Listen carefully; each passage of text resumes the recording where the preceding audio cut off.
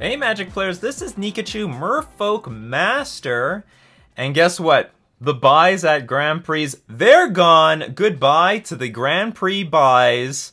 How that's going to affect competitive Magic, and what are we going to be looking at into the future of these Grand Prix? Let's talk about that. So, the Wizards of the Coast said, you know, we're gonna talk about these Grand Prix buys. Let's go talk about their statement.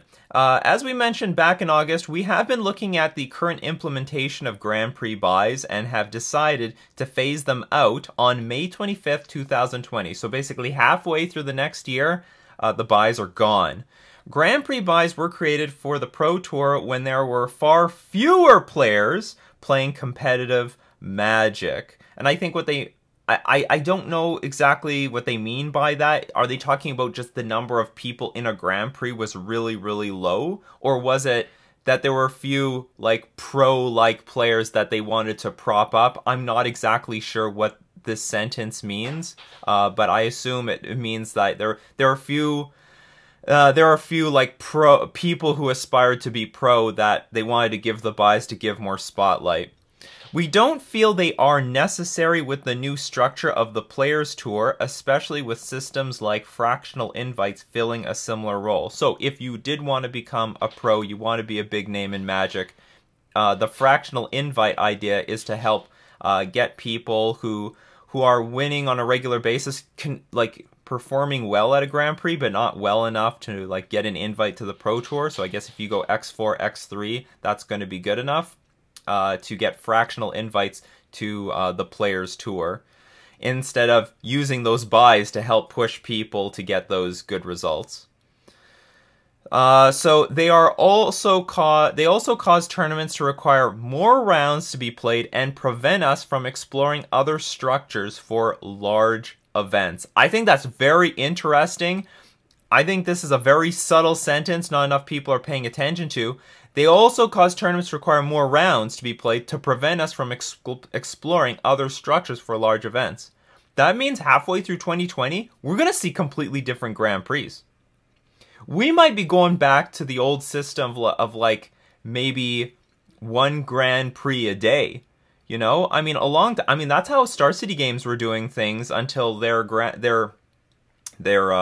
open events got large enough that they just couldn't do it anymore. They had to like split it. They had to just make it a 2-day event, just like the Grand Prix did. But maybe we're going to be looking at single-day events. Like we could have like Saturday Pioneer, Sunday Modern, or like like one of them Standard. I don't know. That's pure. I'm purely speculating, but the way Grand Prix are going to be structured in the future could be completely different. I mean, they're implying they're going to be less rounds. Like instead of going 15 rounds, they could be way shorter.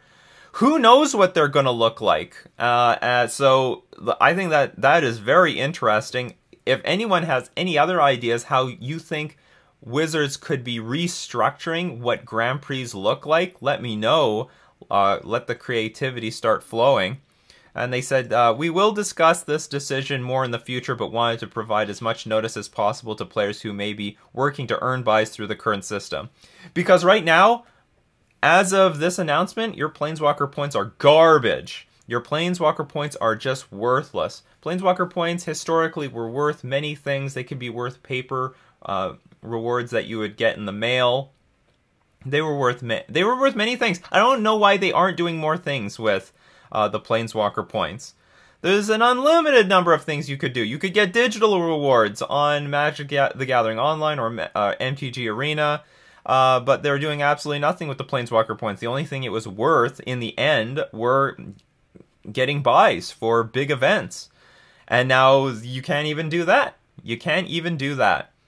So, now, buys were always a slightly controversial thing in the Magic the Gathering world because a lot of people looked at it as so unfair. Of course, the pros are doing so well, so consistently. They've got 3 buys. They can just dodge 3 rounds. And statistically, it does make a really big difference. On the other hand, to get to pro level, they had to earn those buys. Like a lot of people...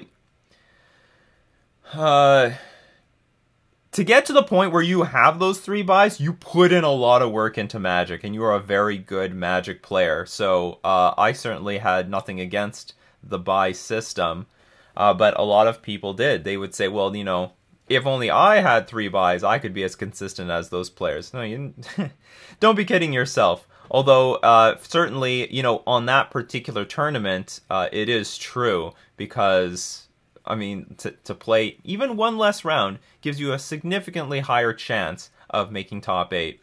And for the pros to have anywhere between 2 to 3 buys does significantly increase their chances of making, especially day 2 and top 8s.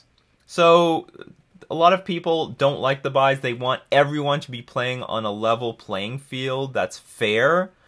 On the other hand, given the old structure of Grand Prix, like I'm just going to say I personally love the buys. I love the buys. I love the fact that I could grind at my local game store. I could play big events. I could play out a few Grand Prix to earn the Planeswalker points to get at least 1, if not sometimes 2 buys at a Grand Prix.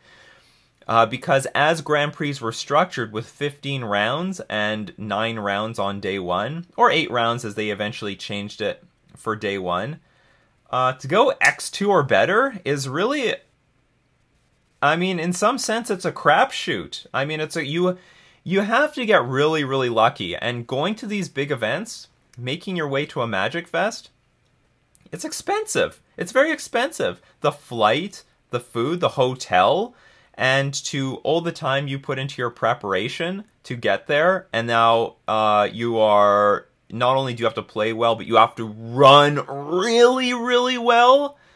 It was really hard, but you could mitigate that risk. You personally could mitigate that risk by playing at your local game store, playing in big events, and accumulating Planeswalker points for the buys.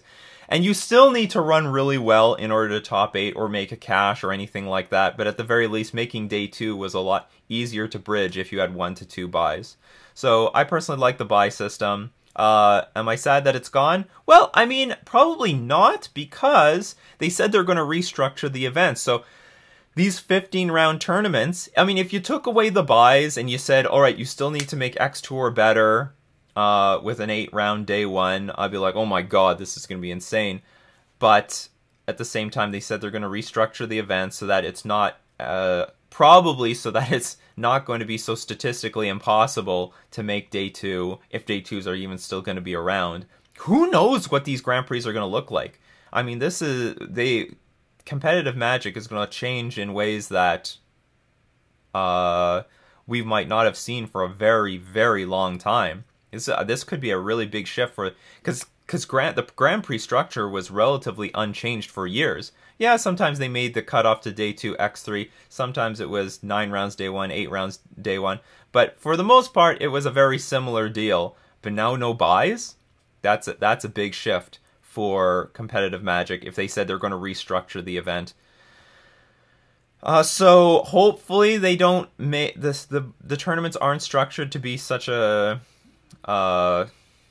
require so much more luck than it has been, and maybe they don't, because the Grand Prix are shrinking in attendance while the side events have been increasing in attendance. People see that, you know, playing day 1, going X3 or worse isn't worth the $80, so screw it. I should just be playing in the side events. I can play multiple side events for $80 and win more prizes. So Grand Prix attendance has actually been shrinking, which a lot of people are recognizing.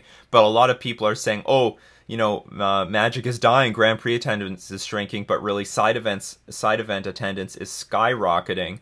Like when I go to a Magic Fest, it's still a room full of people. I don't feel like there's less people in that room. It's just that the Grand Prix is not as big as it was before. So with the Grand Prix shrinking, that probably does create some incentive to change the structure of the events to something else. I don't know what they have in plan in particular, but well, we're gonna have to wait and find out. I always found that the buy argument, you know, if a casual player wants to play in a big event and they don't like the buy system, they were probably better off playing in the side events anyway. But if they want to play in the main event on a level playing field, that's what it's going to be like going on in the future. So goodbye to the buys, and welcome to, I don't know, whatever new tournament structure we're going to have. I mean, I don't know, maybe they're going to have like direct into day 2 invitations, just like they sort of have in their Mythic Championships. What do you think? What kind of new stuff could they adopt here for Grand Prix? I'd be interested to know. It's going to be different. But anyway, let me know if you like the buys. I personally like the buys. I think most people hated the buys, but as a competitive player that wanted to grind GPs and make the best of every single particular event I played, I always made sure I had buys, or I tried as hard grinding them on the side. But for the people who could not grind and still wanted to play the Grand Prix, now it's going to be at an even playing field. Were you one of those people? Do you want to play in these big events and play on an even playing field? Let me know in the comments section below. But anyway, this has been Nikachu, Merfolk Master, talking about how Grand Prix are doing away with the buys.